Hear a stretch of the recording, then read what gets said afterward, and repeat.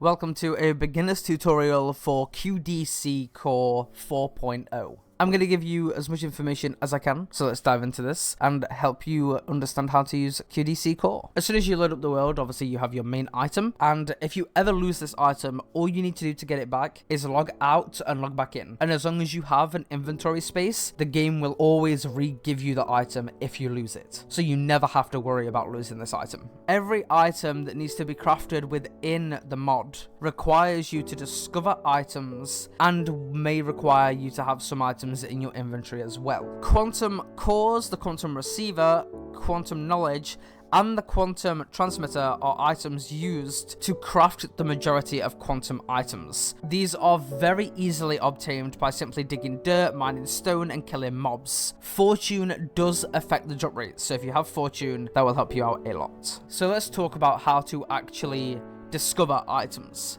That is what the disassembler is for. So the disassembler, it will disassemble items that you allow it to, and it will give you particles for disassembling the item, but it will also discover that item within the QDC core system. Let's talk about the particles, because the particles are a very big part of this mod. So the particle system runs off of 5 different types. The rose is nature particles, an apple is food particles, iron is metal particles, diamonds are gem particles, and the XP bottle is your mana. Quantum revelation is basically a playtime reward system. Every 10 minutes you get a free item as long as you're logged in. I want to briefly mention the research mission log. This is a very useful thing to be aware of, so I'm going to mention it now. Discovering the shown items in the research mission log allows you to get some mana and increases your mana capacity, as well as it giving you a couple of extra bonus items for completing a collection. The way that the research mission log actually shows you is based on which log you have completed the most of so far. Let's dive a little deeper into the other parts of the mod now. So the assembler allows you to use particles to craft items that you have discovered.